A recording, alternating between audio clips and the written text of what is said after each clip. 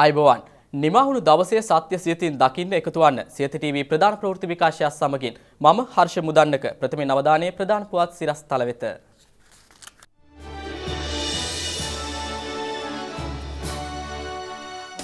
ජනතාව වෙනුවෙන් මිස කිසිවෙකුගේ පුද්ගලික මත වෙනුවෙන් පෙනී නොසිටින බව ජනපති කියයි. 6 වන ජාතික රණවිරු උපහාර සැමරුම් උළෙල අභිමානවත් ලෙස සැමරීමට සියලු කටයුතු සූදානම්. ව්‍යවස්ථාදායක සභාවේ සමාජිකයින් කඩිනමින් පත් කිරීමේ සූදානමක්. මියන්මාරයට ජාත්‍යන්තරයෙන් චෝදනා. රටේ සියලු ජනතාවගේ රාජ්‍ය නායකයා ලෙස ඔවුන්ගේ ගැටලු වෙනුවෙන් පෙනී සිටිනවා මිස කිසිවෙකුගේ පුද්ගලික මත වෙනුවෙන් පෙනී සිටීමට තමා කටයුතු නොකරන බව ජනාධිපති මෛත්‍රීපාල සිරිසේන මැතිතුමා පවසනවා. ශ්‍රී ලංකා නිදහස් පක්ෂයේ පොළොන්නරු දිස්ත්‍රික් සම්මේලනයට අද පෙරවරුවේ සහභාගී වෙමින් ජනාධිපතිතුමා මේ බව ප්‍රකාශ කළා.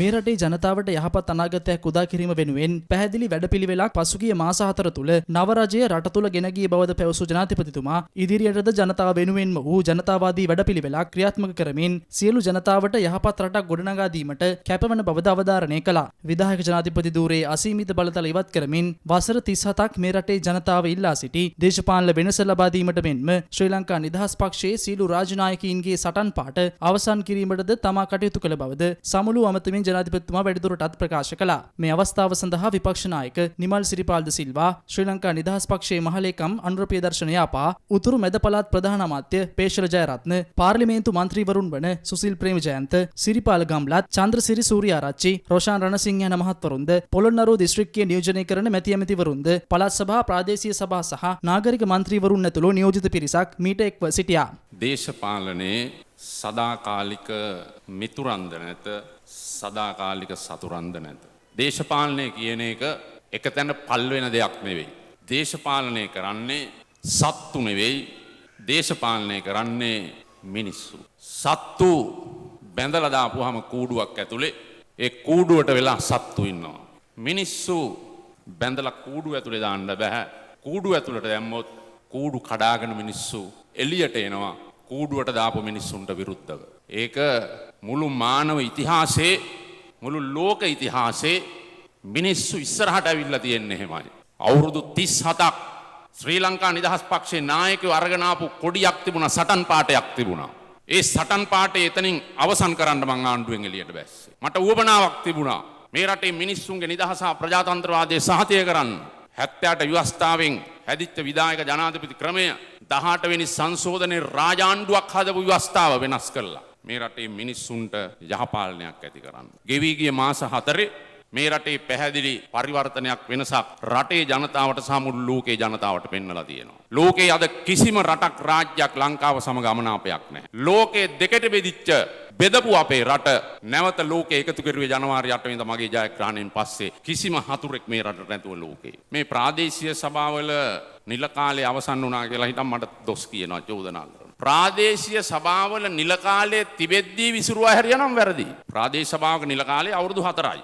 අවුරුදු 4 ඉවරුනහම ඡන්දකට යන්න ඕනේ. පාර්ලිමේන්තුව දැන් අවුරුදු 6යි. ඒක අපි 5 කරනවා. 6ක් ඉවරුනහම පාර්ලිමේන්තුව ඡන්දකට යන්න ඕනේ. මේක කාගේවත් ඔලුවට පිස්තෝලේ තියලා කරන්න පුළුවන් වැඩක් නෙවෙයි. නිල කාලේ වැඩි කරන්න කියන්නේ ජනාධිපති ධූරයේ බලතල් පාවිච්චි කරලා. ජනාධිපති ධූරයේ බලතල් පාවිච්චි කරලා නිල කාලේ වැඩි කරපුවාම මොකද වෙන්නේ? ගැසට් කරන්න පුළුවන් මට තව අවුරුද්දක්. හැබැයි ජනතාවගේ ඡන්ද බලයට මොකද්ද වෙන්නේ? දැන් පළාත් සභා මන්ත්‍රීවරුන්ට අද තියෙන ක්‍රමයේ යටතේ Tamanට දෙන සල්ලි වලින් ඕන දෙයක් අරගෙන බඩු බාණ්ඩ බෙදන්න පුළුවන්. වංගෙඩිද, මෝල් ගස්ද, පුටුද, බංකුද, තහඩුද ඔක්කොම බෙදනවා. වෙන් කරන මුදල් පොදු කටයුතු සඳහා මිසක් ඡන්ද ලබා ගන්න අවුරුදු 3-4ක් ගබඩාවල් වල ගොඩ ගහලා ඡන්ද වේලාවට යතුරු කඩලා එළියට අරගෙන ඒ බඩු බෙදන ක්‍රමේ මම වෙනස් කරන අලුත් චක්‍රලේඛයකින් කාලයක් තිස්සේ පුරුදු වෙච්ච දේවල් තියෙනවා. ඒවා පිටිපස්සේ තව දේවල් තියෙනවා. එහෙම වෙන්නේ දෙන්න බෑ. අලුත් ආණ්ඩුවක් කියන්නේ ඒකයි. මං අලුත් ප්‍රතිපත්තියක් රටේ ජනතාවගේ යහපත සඳහා අලුත් ආණ්ඩුවක් විදියට සහතික කරනවා.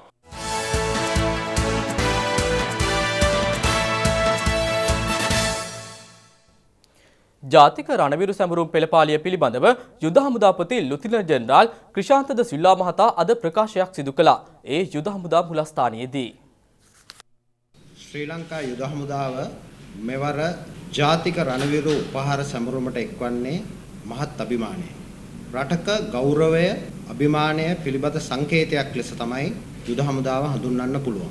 අතිගරු ජනාධිපති සහ ත්‍රිවිධ හමුදාවන්හි සේනාධිනායක කරු මෛත්‍රීපාල සිරිසේන මැතිතුමන්ගේ උපදෙස් මත ශ්‍රී ලංකා යුද හමුදාව සෑම විටම ජාතික ආරක්ෂාව සහ ජාතික සංහිඳියාව පිළිබඳ කළ යුතු සෑම දෙයක්ම කරන්න කැපවිලා දැඩි අධිෂ්ඨානයෙන් යුතුව ක්‍රියා කරනවා. ත්‍රස්තවාදීන්ගෙන් ශ්‍රී ලංකාව මුදවා ගැනීමේ සටනේදී විශාල කැපකිරීම සහ සේවයක් සිදු කර රට වෙනුවෙන් උපරිම පරිත්‍යාගයන් කරන ලද සියලුම රණවිරුවන්ව මම මේ අවස්ථාවේදී ඉතාමත්ම ගෞරවයෙන් සිහිපත් කරනවා. ශ්‍රී ලංකා යුද හමුදාව සෑම විටම මේ රටේ සිටින සියලුම පුරවැසියන් ආරක්ෂා කිරීමට බැඳී සිටිනවා. මේ උදා කරගෙන තියෙන සාමය ආරක්ෂා කිරීමට සියලුම කැපකිරීම කිරීමට ශ්‍රී ලංකා යුද හමුදාවේ සියලුම සමාජිකයන් සෑම විටම බැඳී සිටිනවා. ශ්‍රී ලංකා යුද හමුදාව සාමය ආරක්ෂා කිරීම පිළිබඳව ගත යුතු සියලුම ක්‍රියාකාරකම් ගන්නා අතර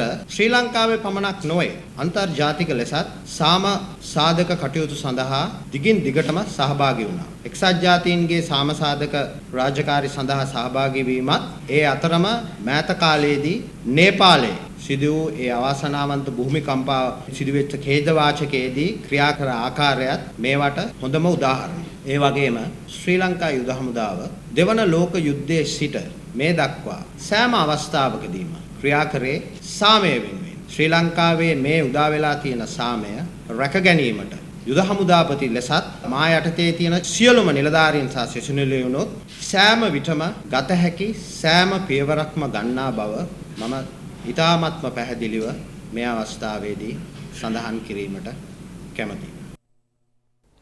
19 වන ව්‍යවස්ථා සංශෝධනයට අනුව ව්‍යවස්ථාදායක සභාවට සමාජිකයින් පත් කිරීම කඩිනමින් සිදු කිරීමට නියමිත බව රජය පවසනවා. පසුගිය අප්‍රේල් 29 වනදා 19 වන ව්‍යවස්ථා සංශෝධනය පාර්ලිමේන්තුවේදී සංශෝධනය වූයේ 3/2ක බහුතර ඡන්දයෙන්.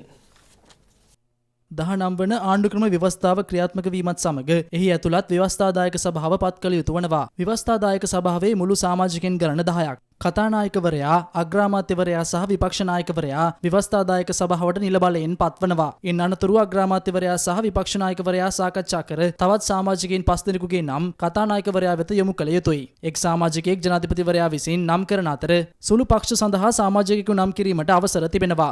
සම්මත වූ 19 වන ආණ්ඩුක්‍රම ව්‍යවස්ථා සංශෝධනයට අනුව ව්‍යවස්ථාදායක සභාව නියෝජනය කරන මුළු සමාජිකයින් 10 දෙනාගෙන් 7 දෙනෙකු පාර්ලිමේන්තු මන්ත්‍රීවරුන් වන අතර ඉතිරි සමාජිකත්වයේ සඳහා සමාජයේ කීර්තිමත් සිවිල් පුරවැසියන් 30 දෙනෙකු නම් කළ හැකි. ව්‍යවස්ථාදායක සභාව පිටුවීමෙන් පසු එම සභාව විසින් ස්වාධීන කොමිෂන් සභා සමාජිකයින් නම් කිරීම සිදු කරනු ලබනවා. සමාජික නම් ජනාධිපතිවරයා වෙත යොමු කරන අතර ජනාධිපතිවරයා කැමැති නම් පමණක් සමාජික නාමයන් පිළිගැනීමට 19 වන ව්‍යවස්ථා සංශෝධනය මගින් අවස්ථාවක් ලබා දී තිබෙනවා. ව්‍යවස්ථාදායක සභාව ස්ථාපිත කිරීමෙන් පසු ස්වාධීන කොමිෂන් සභා පූර්ණ ලෙස බලගැන්වීම සිදුවනවා. කෙසේ නමුත් රටතල ස්වාධීන කොමිෂන් සභා බලාත්මක කිරීමට නම් ජනාධිපතිවරයා සහ ව්‍යවස්ථාදායක සභාව අතර එකඟත්වයක් පැවතිය යුතු බවයි විදේශ කටයුතු නියෝජ්‍ය අමාත්‍ය අජිත් පී පෙරේරා මහතා අප කළ විමසීමකදී ප්‍රකාශ කළේ.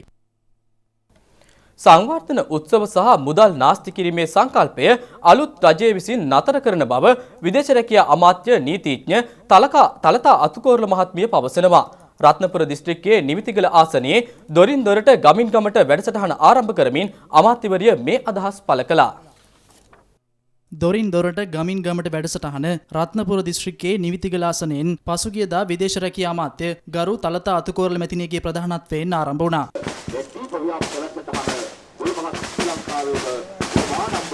ඒ අනුව පසුගියදා කහවත්ත නුගවැල ප්‍රජාශාලාව අලුත් වැඩියා කිරීම උත්සවයක් පැවැත්වුණා.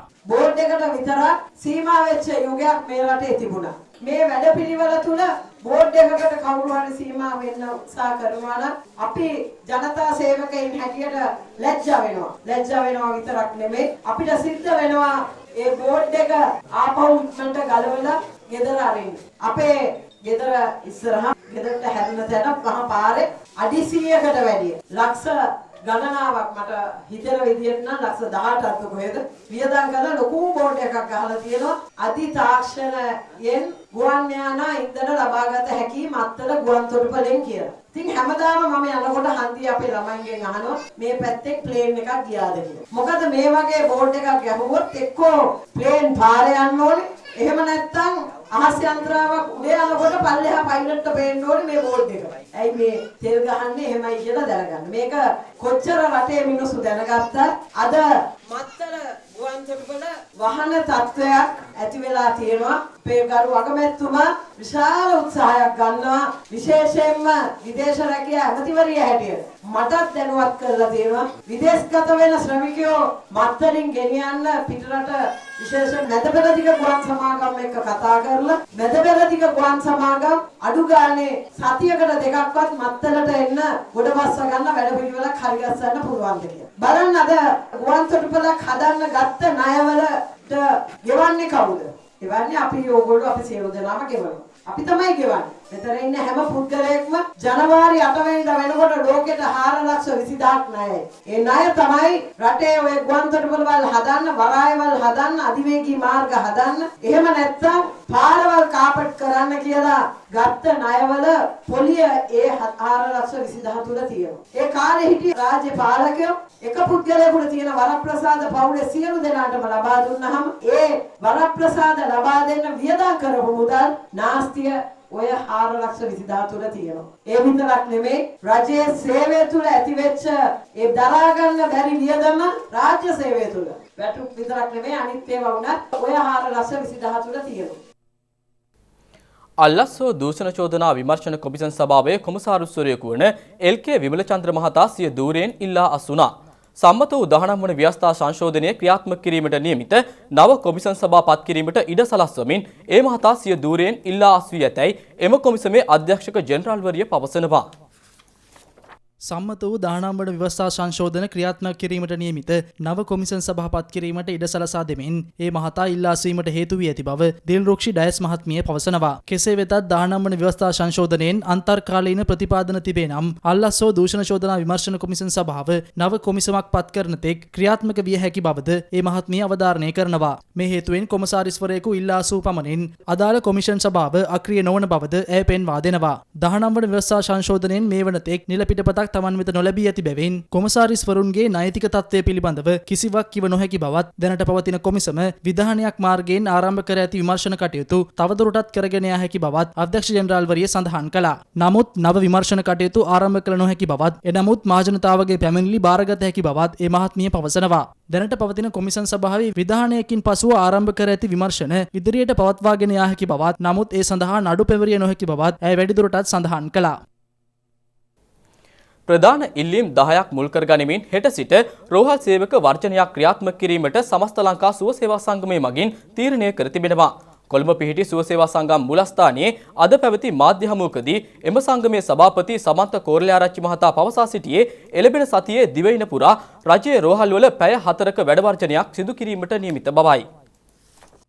සංගම් පහක් ඒකාබද්ධව තමයි මේ ක්‍රියාමාර්ගයට යන්න අපි තීරණයක් අරගෙන තියෙන්නේ. ඒකට ප්‍රධාන හේතුව තමයි රෝහල් සේවකයන්ගේ ගැටලු සම්බන්ධයෙන් විශේෂයෙන්ම PL සහ MN කාණ්ඩවල ඒ අයගේ ප්‍රශ්න පිළිබඳව මෙතෙක් මැතිවරයා කිසිදු සාකච්ඡාවක් කරලා නැහැ. දවස් 120ක් ගත වෙලා තියෙනවා. අපිට ලබා දීලා මේ හවල් දවස් සාකච්ඡා තියෙනවා කියලා. එතුමා මේ සාකච්ඡා තුනම මග ඇරලා තියෙනවා. දැන් මැතිවරයා දිගින් දිගටම සාකච්ඡා මග අරිනකොට අපි සෞඛ්‍ය ලේකම්වරයාගෙන් සාකච්ඡාවක් ඉල්ලුවා. එනට දවස් 20ක් විතර ගත වෙලා තිබෙනවා. නමුත් තාම එතුමාගෙනුත් සාකච්ඡාවක් නැහැ. මේ 40000ක් පමණ වන සෞඛ්‍ය කාර්ය මණ්ඩලවලට බලපාන ප්‍රධාන ඉල්ලීම් 10ක් තිබෙනවා. ඒ අතරින් ප්‍රධාන වශයෙන්ම වැදගත් වන ඉල්ලීම තමයි 6/2006 හිගවැටුප කියන එක. සෞඛ්‍ය කාර්ය මණ්ඩල වලට අදාළව රුපියල් 3000ක විශේෂ දීමනාවක් මේ මාසේ පළවෙනිදා ඉඳන් ක්‍රියාත්මක වන පරිදි ආණ්ඩුව මගින් ලබා දීලා තිනවා. යම්කිසි කණ්ඩායම් කීපයකට මේ විශේෂ දීමනාව සියලුම සෞඛ්‍ය කාර්ය මණ්ඩල වලට දෙන්න කියලා ඉල්ලීමක් අපේ තිබුණා. මේ සියල්ල සම්බන්ධයෙන් තමයි අපි සාකච්ඡා කරන්න මේ උත්සාහ කරේ දවස් 120ක් තිස්සේ.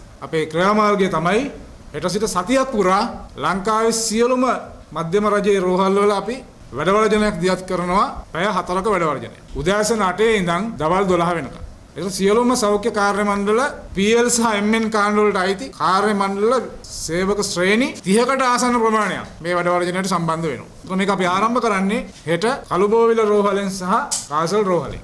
අඟහරුවාදා දවසේ අපි දැනට තීරණය කළා තියෙනවා ප්‍රධාන රෝහල් 10ක කුරුණෑගල මහ රෝහල, කරාපිටිය මහ රෝහල, බදුල්ල මහ රෝහල ඇතුළු රටේ ප්‍රධාන මහා රෝහල් 10ක මේ වැඩ වර්ජනය අපි ක්‍රියාත්මක කරනවා. බලාපොරොත්තු වෙනවා බදාදා කොළඹ ජාතික රෝහල ඇතුළු ප්‍රධාන රෝහල් ගණනාවක් මේ වැඩ වර්ජනය ක්‍රියාත්මක කරන්න. ඒ ආකාරයට මේ සතිය පුරා රටේ මධ්‍යම ආණ්ඩුවට අදාළ රෝහල් සියල්ලම මේ වැඩ වර්ජනය අපි ක්‍රියාත්මක කරනවා. මේ වැඩ වර්ජනය අතරතුර රෝහල් ඉදිරිපිට දැවැන්ත විරෝධතා ක්‍රියාමාර්ගයකුත් අපි ක්‍රියාත්මක කරන්න බලාපොරොත්තු වෙනවා. එළඹෙන බදාදා අපි බලාපොරොත්තු වෙනවා සෞඛ්‍ය අමාත්‍යාංශයට යන්න. අමාත්‍යාංශයට ගිහිල්ලා මේ ප්‍රශ්නේ බේරගන්න. එදාටත් මේ සම්බන්ධයෙන් එතුමාගෙන් උත්තරයක් නැත්නම් අපි ඊළඟට ගන්න ක්‍රියාමාර්ගය පිළිබඳව තීරණය කරනවා.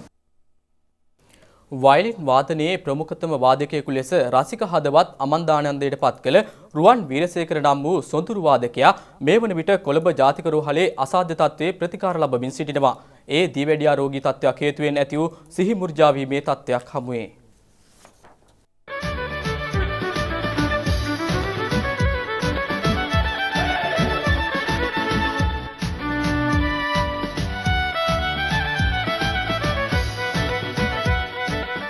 එදදාස් 965 වර්ෂයේ අගෝස්තු මස 3 වෙනි දින උපත ලබන ඔහු අධ්‍යාපනය හදාරා ඇත්තේ රුසියාවේදී. ඔහු නමින් රුවන් වීරසේකර. සංගීතයට ඇති දැඩි ඇල්ම නිසාම දෙස් විදෙස්හි සංගීත ශාස්ත්‍රයේ උපාධි රැසක් ලබා ගැනීමට රුවන් වීරසේකර මහතා සමත් වෙනවා.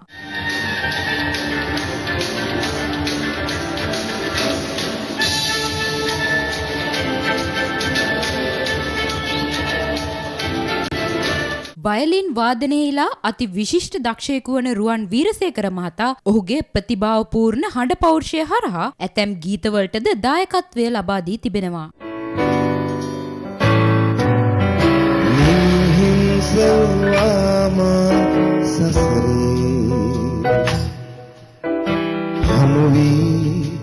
යුගයෙන් බැඳී යුගයේ ලංවීරෙන් වරින් වරේ ඔබ හාමාර උයකිනි බැඳුනේ ඉරියේ ආශාය ගැඹුරින් ගැඹුරේ ලයකින් සනහා අපමයි තැවුනේ ජන්මෙන් ජන්මේ රැවුදීලා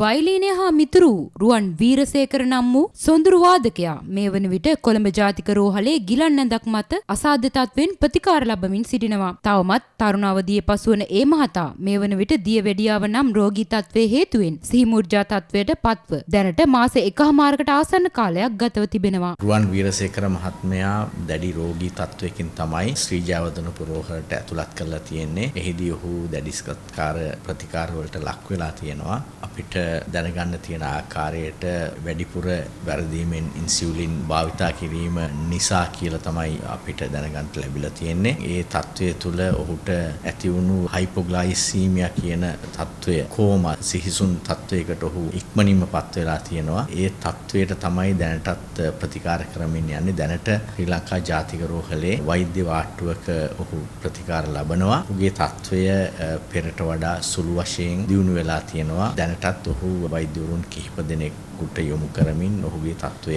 වරින් වර පිරික්සනවා. ඔහුට අවශ්‍ය කරන ප්‍රතිකාර ලබා දෙනවා.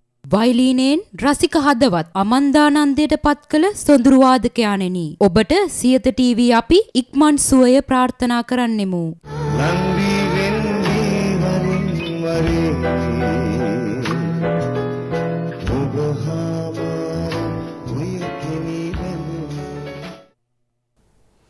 හෙට දිනේදී දිවයිනේ බස්නාහිර සබරගමුව හා මධ්‍යම පළාත් වලින් ගාල්ල මාතර යන දිස්ත්‍රික්ක වලින් ඇතැම් විට වැසි හෝ ගිගුරුම් සහිත වැසි ඇතිවිය හැකි බව කාලගුණ විද්‍යා දෙපාර්තමේන්තුව පවසනවා.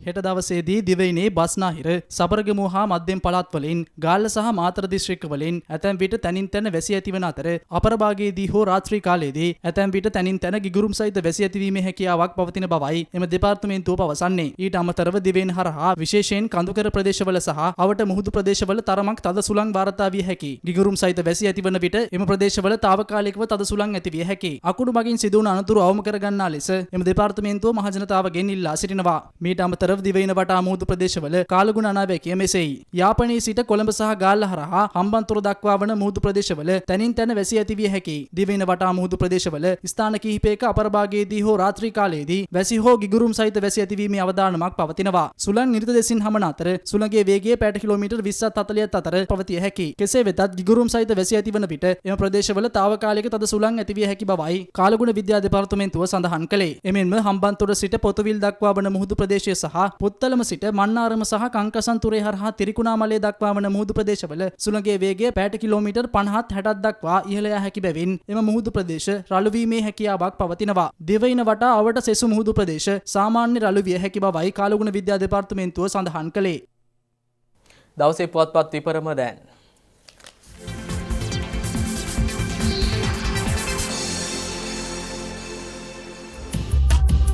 මව්බිම ඇමරිකාවේ මහා ධනවතා රහසේම ලංකාවට ආවේ යයි. පෞද්ගලික ගුවන් යානයෙන් නැවිත් ගාල්ලේ හෝටලයක රැයක් ගත කරලා ඇමති කෙනෙකුත් හමු වෙලා. වැලි මඩින් ගිනි කන්දක් මතුවේද? නැගෙනහිරින් සුනාමියක් යයිද? පාර්ලිමේන්තු නිල කාලය වසර 5කට අඩු වෙයි. පුටුවෙන් හෝ රෝදයෙන් මහින්ද මහචන්දෙට පක්ෂ සභාපතිකමින් ඉවත් වන්නයි ජනපතිට සංදේශයක්. ශ්‍රී ලංකා නිදහස් පක්ෂ 6ක් ඇමතිකම් අත්හරින ලකුණු. ලංකාදීප මහචන්දය මංගල රාජිත වලියක ශ්‍රී ලංකා නිදහස් පක්ෂ ඇමතිවරුන් පිරිසක් ආණ්ඩුවෙන් එළියට. මැති සභේ විසුරුවීම ජුනි අගදී. අමාත්‍යංශ දෙකක ලේකම්වරුන් ඉවතට. දිනසීය සාර්ථක බව දැනුමත් කිරීමේ පත්‍රිකා රටපුරා. මෛත්‍රී චම්පික ෆොන්සේකා ඡන්ද හවුලකට සාකච්ඡා. පුංචි ඡන්දයට එජාපයෙන් අලුත් පුහුණු රැසක්. දිවයින මහචන්දයේ 20 නැතිවම ත්‍රිවිධ හමුදාවේ ඉහළ තනතුරු රැසක වෙනසක්. විශේෂ කැබිනට් අනුකාරක සභාව හෙට ජනපති හා අගමැති හමුවට. මහා පරිමාණ දූෂණ ගැන ජනාධිපති කොමිසමට පෙත්සම් 420ක්. සිළුමින පක්ෂ විනය කඩ කළ ශ්‍රී ලංකා නිදහස් පක්ෂ නියෝජිතයන්ට පුංචි ඡන්දයේදී පොල්ලක්. වැලියමුණ කමිටුව ආපසු හැරවීමට නිදහස් සේවක සංගමය නෑ. බෙදුම් වාදයේ පරාජය කළ සැමරුම 19 දා. තවත් වාහන 211කට වෙච්ච දෙයක් නෑ. විශ්‍රාම වැටුප් වැඩිවීම අධියර කිහිපයකින් 19 බලාත්මක වේ.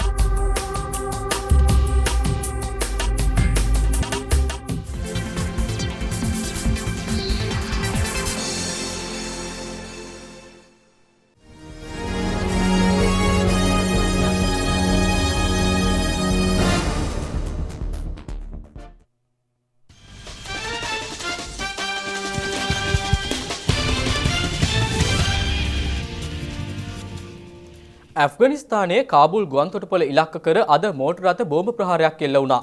විදේශ වාර්තා පවසන්නේ එරට රැඳී සිටින විදේශ හමුදා බටපිරිසක් ඉලක්ක කර අදාළ ප්‍රහාරය එල්ල වූ බවයි.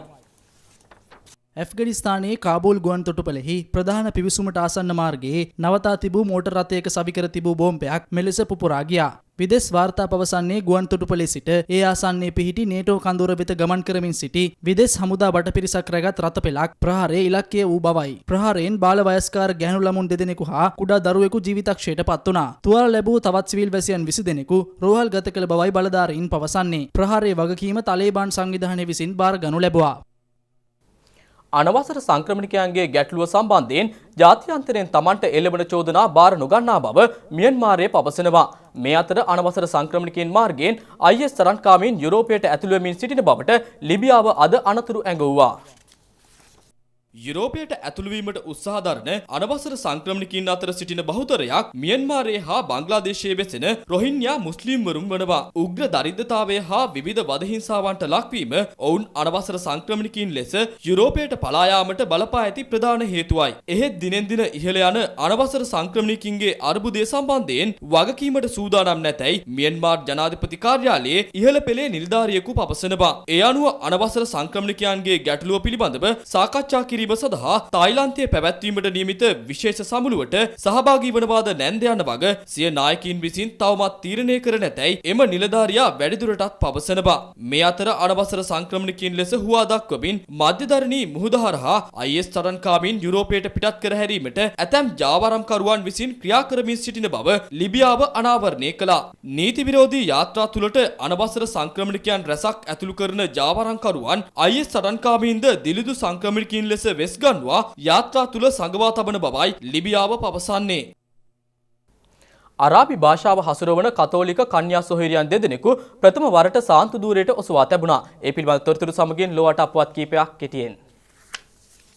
පලස්තීන කන්‍යා සොහොයුරියන් දෙදෙනෙකු අද සාන්තුවරියන් ලෙස ප්‍රකාශයට පත් කෙරුණා. ඒ ශුද්ධෝත්තම පළමුවන ෆ්‍රැන්සිස් පාප් වහන්සේගේ ප්‍රධානත්වයෙන් පැවති විශේෂ උත්සවයකදී එම උත්සවය සඳහා පලස්තීන ජනාධිපති මහමුද් අබ්බාස් ඇතුළු 2000ක පමණ ක්‍රිස්තියානි බෙදපුතුන් පිරිසක් එක්ව සිටියා.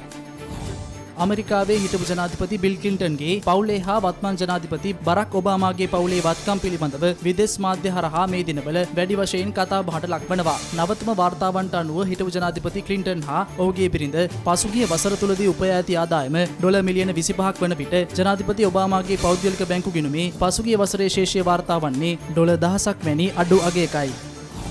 නේපාලයේ කත්මණ්ඩු අගනුවර පිහිටි නිවාස දහස් ගණනක් මිනිස් වාසයට නුසුදුසු තත්ත්වයේ පවතිනවා. විදේශ වාර්තා පවසන්නේ අදාළ නිවාස පසුගියදා බලපෑ භූකම්පනය හමුවේ සම්පූර්ණයෙන් විනාශ නොවුනද ඉරිතැලීම් හා සුළු ගිලා බැසීම් වලට ලක්ව ඇති නිසා ඒවාෙහි වෙසෙන ජනයාගේ ජීවිත දැඩි අවදානමකට ලක්ව ඇති බවයි.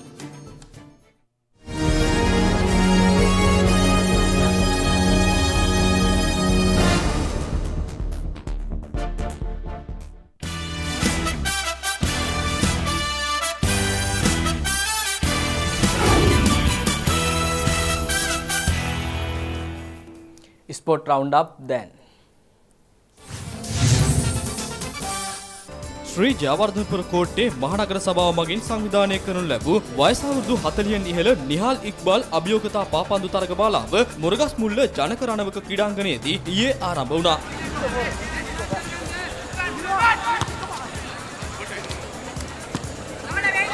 කොළඹ දිස්ත්‍රික්කයේ පාපන්දු කණ්ඩායම් 16ක් තරග වැදීමට නියමිත මෙම තරගයේ සමාරම්භක උළෙල හා ප්‍රථම තරගය ඊයේ පැවැත්වුණු අතර එහි පළමු තරගය සඳහා නිමල් ප්‍රියන්ත මහතාගේ නායකත්වයෙන් යොත් දෙහිවල ගල්කිස්ස ප්‍රවීණයන්ගේ පාපන්දු කණ්ඩායම සහ සුපර්ස්ටාර් ප්‍රවීණයන්ගේ පාපන්දු කණ්ඩායම අතර පැවැත්වුණා. ඉන්දීය ප්‍රීමියර් ලීග් තරගාවලියේ 53 වන තරගයේ ලෙස චෙන්නයි සුපර් කිංස් කණ්ඩායම සහ කිංස් 11 පංජාබ් කණ්ඩායම අතර තරගය මොහාලිහිදී ඊයේ ආරම්භ වුණා. කාසිය වාසිය හිමි කරගත් කිංස් 11 පංජාබ් කණ්ඩායම ප්‍රථමයෙන් පන්දුවට පහර දුන්න අතර නියමිත පන්දු වාර 20 අවසානයේ කඩලු 7ක් දැවි ලකුණු 130ක් ලබා ගත්තා. පිළිතුරු ඉනිම ක්‍රීඩා කළ චෙන්නයි කණ්ඩායම පන්දු වාර 16යි පන්දු 5ක් අවසානයේ කඩලු 3ක් පමණක් දැවි ලකුණු 174ක් රැස් කළා. ෆාස්ට් ෆෙල්සිස් ලකුණු 55ක් සහ සුරේෂ් රයිනානු දැවි ලකුණු 41ක් ලබා ගත්තා. ඒ අනුව චෙන්නයි සුපර් කිංස් කණ්ඩායම කඩලු 7ක විශිෂ්ට ජයක් ලබා ගත්තා.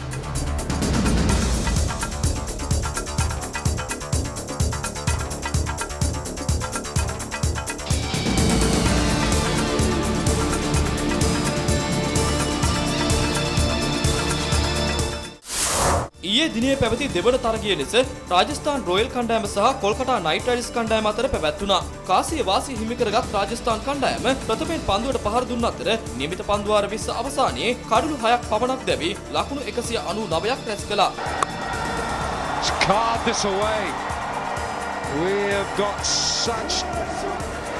Goes big, goes straight. No need to run for that one.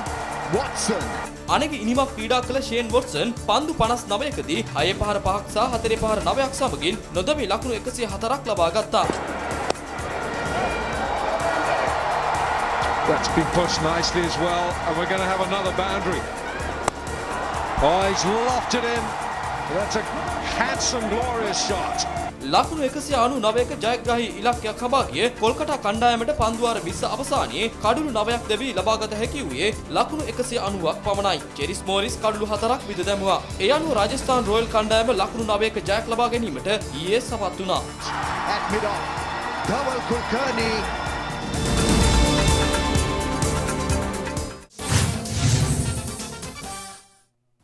ඒ සමගින් අදට නියමිත ප්‍රධාන ප්‍රවෘත්ති විකාශය මින් නිමාවට පත්වනවා. හමු වෙමු හෙටත් රාත්‍රී 7:30ට. සුබ රාත්‍රියක්.